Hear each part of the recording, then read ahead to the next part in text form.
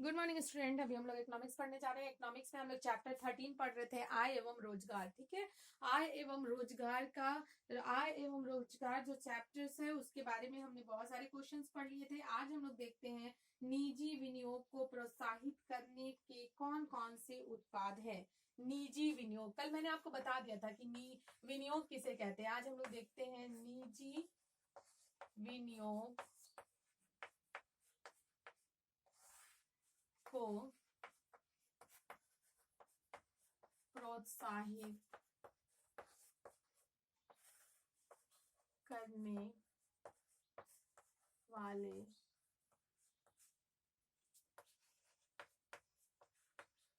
कौन कौन से उत्पाद हैं। ठीक है, हम लोग देखेंगे निजी विनियोग को प्रोत्साहित करने वाले कौन कौन से उत्पाद हैं। निजी विनियोग को प्रोत्साहित करने वाले वित्तीय, मौद्रिक तथा अन्य उपाय निम्नलिखित हैं। ठीक है, कौन कौन से उत्पाद हैं। तो सबसे पहला देखिए, निजी विनियोग को आप लिखेंगे निजी विनियोग को प्रोत्साहित करने के लिए बहुत सारे उत्पाद है, जिसमें से वित्तीय उत्पाद भी है। इसमें इसको प्रोत्साहित करने के लिए वित्तीय, मौद्रिक तथा अन्य उत्पाद निम्नलिखित है। ठीक है, सबसे पहला आप लिखेंगे करों में राहत। सबसे पहला होगा करों में राहत। करों में राहत, करों में राहत में आप डैश दे के लिख सकते हैं कंपनियां, फर्मों एवं व्यवसायों पर लगाए जाने वाले करों का भारी बोझ पूंजी की सीमांत क्षमता में कमी लाता है, जिसका विनियोग पर प्रतिकूल प्रभाव पड़ता है। सबसे पहला क्या है, जो इससे उत्पाद हमारा ये होता है प्रोत्साहित करने के लिए करों में राहत दी जाती है। निजी विनियोग को प्रोत्साहित करने के लिए करों में राहत दी जाती है, क्योंकि इसमें इतने सारे कर लगा दिए जाते हैं जिससे उसकी जो सीमांत क्षमता है वो कम हो जाती है। तो चूंकि इसमें करों में राहत दे दिया जाता है ताकि उसका बोझ कम हो जाए, और उसके बाद उसका बोझ कम हो जाए और उसका ज्यादा से ज्यादा तरक्की हो सके, उसकी प्रगति हो सके। दूसरा हम लोग देखते हैं सार्वजनिक विनियोग में वृद्धि। सार्वजनिक विनियोग में वृद्धि से आता है निजी विनियोग को निजी विनियोग को प्रोत्साहन देने के लिए कभी कभी सार्वजनिक विनियोग में भी वृद्धि करने की आवश्यकता पड़ती है। उदाहरण के लिए नहर, बांध, सड़क, विद्युत एवं जल आपूर्ति, रेलवे, आवास आदि मदों में विनियोग करना केवल समाज के लिए ही लाभदायक नहीं है, वरन इससे स्वयं निजी विनियोग को प्रोत्साहन मिलता है। ठीक है, सार्वजनिक विनियोग में वृद्धि में आप लोग लिख सकते हैं कि निजी विनियोग को प्रोत्साहन देने के लिए, उसे प्रोत्साहित करने के लिए सार्वजनिक विनियोग में भी वृद्धि की जाती है। और उदाहरण के लिए नहर, बांध, सड़क, विद्युत एवं जल आपूर्ति, रेलवे, आवास आदि मदों में विनियोग करना केवल समाज के लिए ही लाभदायक नहीं, वरन इससे स्वयं निजी विनियोग को प्रोत्साहन मिलता है। ठीक है, तो इस तरह से हम लोग दो देख लिए। पहला होता है करों में राहत और दूसरा होता है सार्वजनिक विनियोग में वृद्धि। करों में राहत दी जाती है ताकि निजी विनियोग आगे बढ़ सके, और दूसरा सार्वजनिक विनियोग में वृद्धि की जाती है ताकि इसका कार्य सही ढंग से अच्छे से हो सके।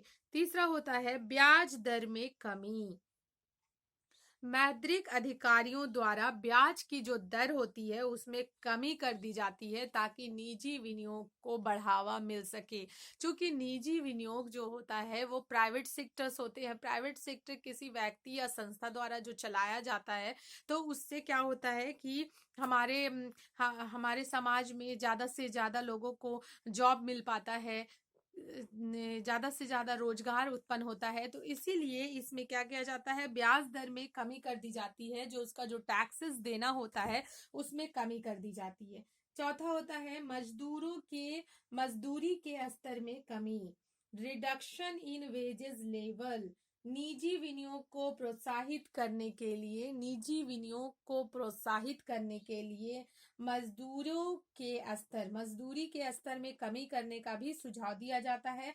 ऐसा कहा जाता है कि मजदूरी में कमी करने से उत्पादन व्यय में कमी होगी, मुनाफा बढ़ेगा और पूंजी की सीमांत क्षमता बढ़ेगी, अंततः विनियोग को प्रोत्साहन मिलेगा।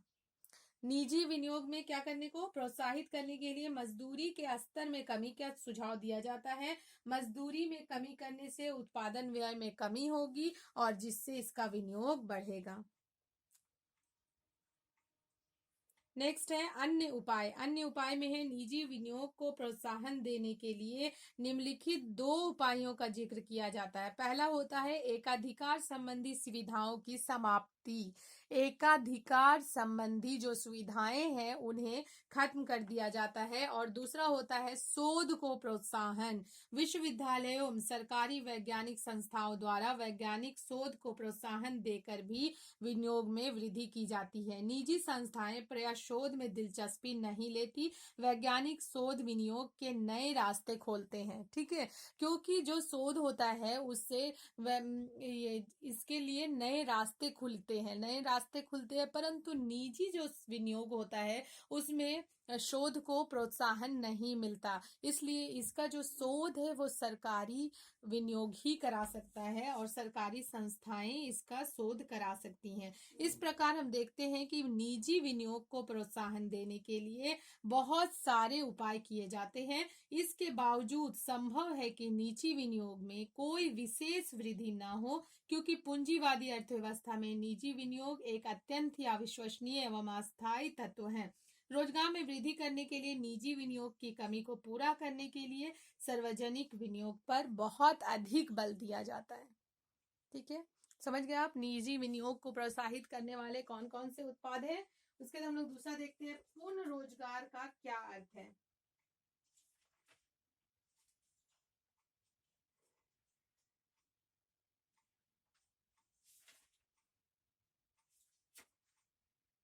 नेक्स्ट क्वेश्चन है पूर्ण रोजगार का क्या अर्थ है।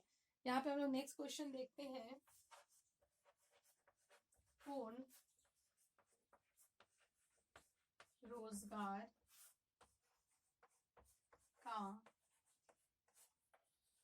क्या अर्थ है।